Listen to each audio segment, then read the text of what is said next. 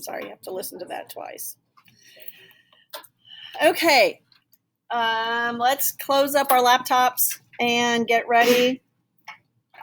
Bless you. We're going to talk today about railroads and significance and important. Put our phones away, please, people. Thank you. And talk about the importance of railroads. So if we think about the most impactful things that have happened to the United States, that have changed the United States dramatically and forever, there's always a flip-flop between two things: railroads and automobiles. I'm old school. I always go with railroads. Railroads will be one of the things that will drastically change the United States and will create an economy that continues to expand over time. Many historians make a really strong argument for automobiles, can make a real strong argument for automobiles, and when we get to the 1920s, we will do that. But the idea of railroads, again, will be what is significantly most important. So, railroads. As railroads expanded, this led to the physical and economic growth of cities. And again, this is something that makes, to me, the distinct difference between automobiles and railroads. Railroads really change the map of the United States. We get hubs all over the United States as a result of railroads. If you've ever been up to Chicago and head out of Chicago, like the southwestern part of Chicago, and bit by any of those train switching stations, they are ginormous. They are incredibly huge because Chicago becomes a hub of the railroad. Atlanta will be one, Pittsburgh will be one, and by 1883, there are 3 transcontinental railroad lines, meaning that they go from sea to shining sea. Another issue, again, that is a result of railroads, which I think adds more of the idea that railroads are more important than cars, is time. So time is a really strange thing for my head to wrap around. But if we stood in, if we had 5 people in 1880, one standing at the courthouse in Sullivan, somebody standing at the flashing light in Graysville, someone also at the Bluffs in Merriam, and then where else do we want to put somebody? And somebody standing over by Cowtown in Carlisle. In 1880, we could somehow make everybody connect, and we could all look at clocks in those areas. They would not all be on the same time. Some of them could be as much as 10 minutes difference because there is not anything that sets time. Everybody's got different times.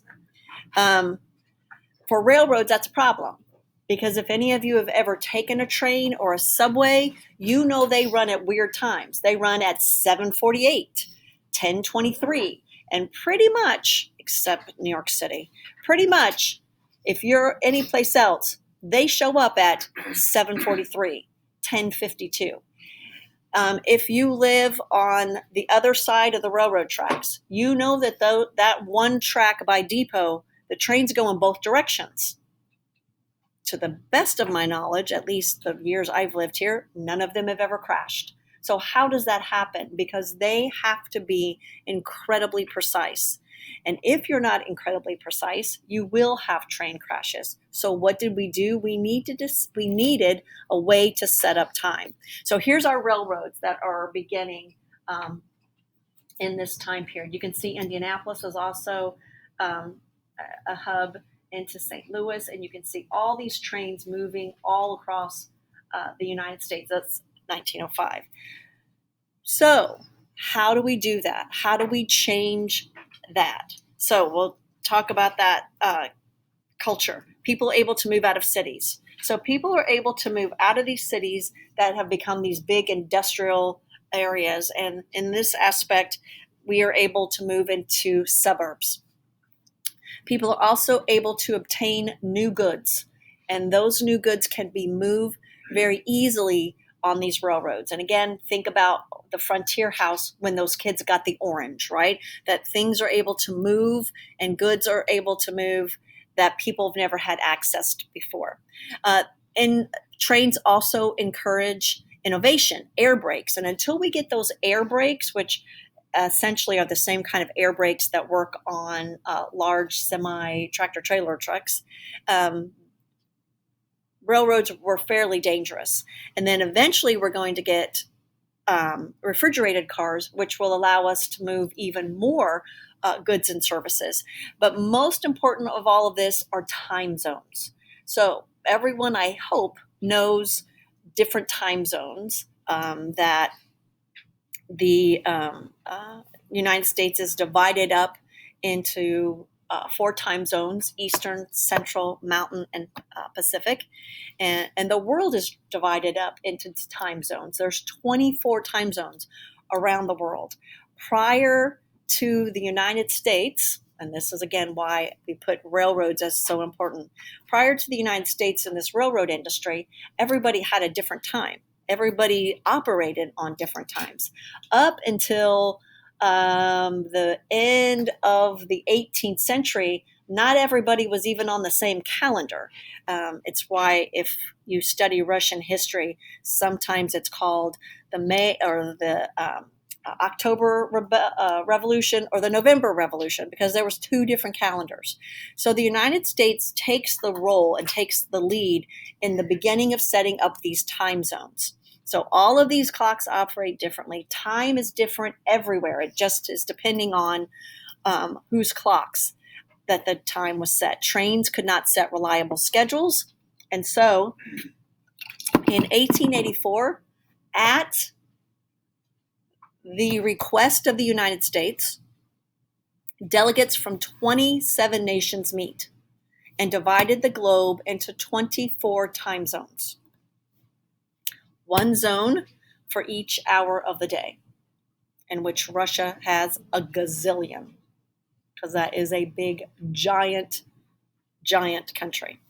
So this is kind of the beginnings of the United States stepping out into kind of a world stage. That's what we call it. The United States up until this point had not really been very active in the role in the global world. We hadn't really been paid much attention to. Not much notice was given to the United States until this time period. And so we set out to make this work in a way where railroads can function properly. So 27 nations, we're going to divide the globe into 24 time zones, and we give 1 zone for each hour of the day. And just FYI, so that you know, geographically, Indiana should be in the central time zone. Then it wouldn't be getting so dark. We would be driving to school in the daylight, because right now it would only be 8:30. Look how sunny it is at 8:30. It would be my life's work when I retire to petition for us to get back to the central time zone. Okay, so I'll come back if people still need that. This led to the growth of industry. Businesses obtained raw materials easier, able to move goods quickly, cheaply, and efficiently. They could sell products to people far away. Railroads themselves create businesses. So for those of you that have never had one of my tests before, I always ask short answer questions. So you have to answer a question that requires you to write a fairly substantial paragraph. You should always be drawn to these questions where I make you write a lot of stuff.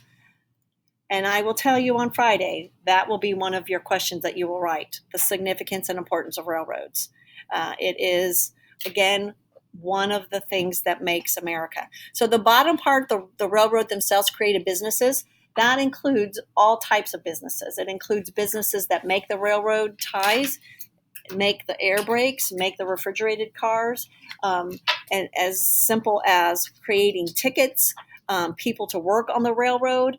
Does anybody have a family member that works on the railroad? I usually have a couple. I had one that used working as like a piston from one of the Make it working as a what? A piston. Oh, yeah. It's like a big, Right. So that's the bottom part that makes things for the railroad. The railroad industry is the first car industry, right? We talked about the car industry and all the things, but railroads really, again, will be what creates this gigantic economy of the United States of America. All right. Do I want to go to the next one? Nope. We'll stop there. All right. So I just have a really short reading for you about time zones. I think there's only 4 questions. So make sure you do that. First order of the day is make sure you get your poster turned in. And then if you look on Canvas, yeah, you can get them, Kevin. If you look on Canvas, there is a short reading about time zones, 4 quick questions to answer about time zones. You make sure your posters are turned in. Make sure you put your names on the back of them somewhere on there so that I know whose belongs to whom. Questions, anybody? Does anybody need me to go back to any of the slides? Okay.